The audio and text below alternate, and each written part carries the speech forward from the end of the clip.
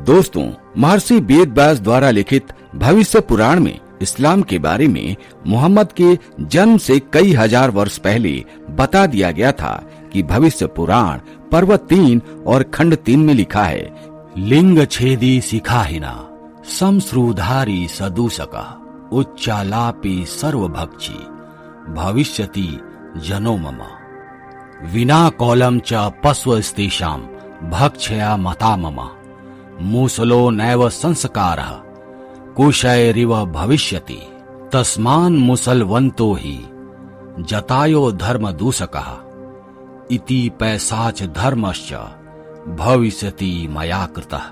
अर्थात रेगिस्तान के धरती पर एक ऐसा व्यक्ति जन्म लेगा जिसका नाम मोहम्मद होगा। वो एक ऐसे धर्म की नींव रखेगा जिसके कारण मानव जाति त्राहिमाम कर उठेगी। वो असुर कुल सभी मानवों को समाप्त करने की चेष्टा करेगा। उस धर्म के लोग अपने लिंग के अग्रभाग को जन्म लेते ही काट लेंगे। उनकी शिखा अर्थात चोटी नहीं होगी। वो दाढ़ी रखेंगे और मूछ नहीं रखेंगे। वो बहुत शोर करेंगे और मानव जाति को नाश करने का चेष्टा करेंगे। राक्षस जाति को बढ़ावा देंगे एवं वे अपने को मुसलमान कहेंगे और ये असुर धर्म कालांतर में स्वतः ही समाप्त हो जाएगा।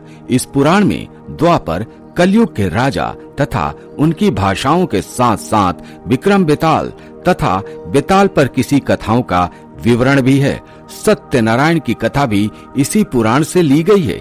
इस पुराण में ऐतिहासिक और आधुनिक घटनाओं का वर्णन किया गया है। दोस्तों, आज इस्लाम इस कदर हड़कंप मचा रहा है।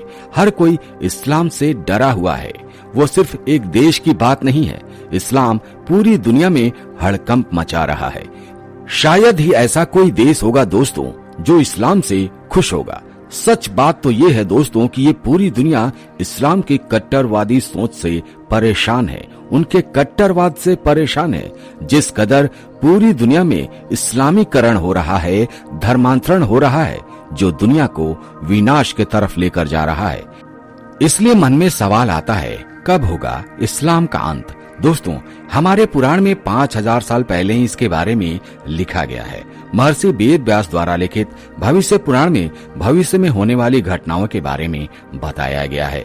इसमें ईसा मसीह के बारे में भी उन्होंने बताया है, मोहम्मद के बारे में भी बताया है और उन्होंने जो कुरान लिखी उसके बारे में भी बताया गया है कि किस तरीके से इस कट्टरवादी धर्म का जन्म हुआ। महर्षि वेद व्यास ने ईसाई धर्म के विषय में भी लिख दिया था। दोस्तों, भविष्य में जिक्र आता है कि एक समय जब हिंदुस्तान की सीमा हिंदू कुश पर्वत तक थी तो वहाँ प्रसिद्ध शिव मंदिर था। ऐसा कहा जाता है कि एक बार कुछ संत हिंदू कुश पर्वत पर शिव के दर्शन करने गए थे तो भगवान शिव ने उन्हें बताया था कि अब आप सभी यहाँ से लौट जाओ, मैं भी इस स्थान को सदा के लिए छोड़ रहा हूँ। जाओ और सभी को बताओ कि अब यहाँ किसी को नहीं आना है। थोड़े दिनों में प्रलय की शुरुआत यहीं से होने वाली है। कहा जाता है कि इसके बाद खलीफाओं के आक्रमण ने अफगान और हिंदू कुश पर्वतमाला के पास रहने वाले 15 लाख हिंदुओं का सामूहिक नरसंहार किया था। अफगान इतिहासकार होंडा मीर के अनुसार यहाँ पर कई आक्रमणकारों के दौरान 15 लाख हिंदुओं का सामूहिक नरसंहार किया गया था। हालांकि कुछ संत लोग मानते हैं कि भगवान जब किसी स्थान से नाराज हो जाते हैं तो वहाँ प्राकृतिक प्रलय आने लगती है। इसलिए आज हिंदू कुश पर्वत और आसपास का क्षेत्र अफगानिस्तान का क्षेत्र भूकंप आने का केंद्र बना हुआ है। इसमें आला उदल के इतिहास का प्रसिद्ध आख्यान इसी पुराण के आधार पर प्रचलित है। इस पुराण में नंद वंश, मौर्य वंश एवं शंकराचार्य आदि के साथ साथ इसमें मध्यकालीन हर्षवर्धन आदि हिंदू और बौद्ध राजाओं तथा चौहान एवं परमार वंश के राजाओं तक का वर्णन प्राप्त होता है। इसमें तैमूर, बाबर, हुमायूं, अकबर, औरंगजेब, पृथ्वीराज चौहान तथा छत्रपति शिवाजी के बारे में भी स्पष्ट उल्लेख मिलता है। श्रीमद् भगवत पुराण के प्रथम अध्याय में भी वंशों का वर्णन मिलता है। तो दोस्तों, ये है हमारे सनातन धर्म का एक छोटा सा नमूना।